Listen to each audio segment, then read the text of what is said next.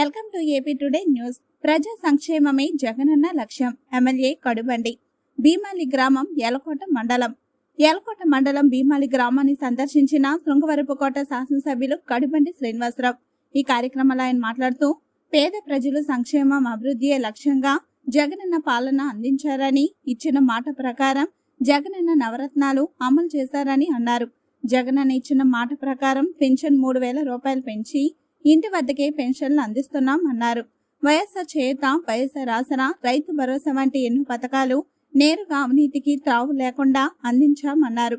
నాడు నేడు క్రింద కార్పొరేట్ స్కూల్ కి దీటుగా ప్రభుత్వ పాఠశాల అభివృద్ధి చేశారు. ప్రభుత్వ హాస్పిటల్ అభివృద్ధి చేశారు. ఏ ప్రభుత్వం చేయలేని అభివృద్ధి జగనన్న ముఖ్యమంత్రి అయిన తర్వాత జరిగిందని పేర్కొన్నారు. అదేవిధంగా భీమాలి గ్రామంలో జగనన్న ముఖ్యమంత్రి అయిన తర్వాత జరిగిన మంచి పనుల గురించి వివరించారు. మరియు ప్రజా సంక్షేమం, రాష్ట్ర అభివృద్ధికి కృషి చేస్తున్న జగన్మోహన్ రెడ్డి గారిని ప్రజలంతా ఆశీర్వదించాలని, 2024 ఎలక్షన్లో మళ్లీ జగనన్న ముఖ్యమంత్రిగా మన జగనన్న గెలిపించాలని కోరారు.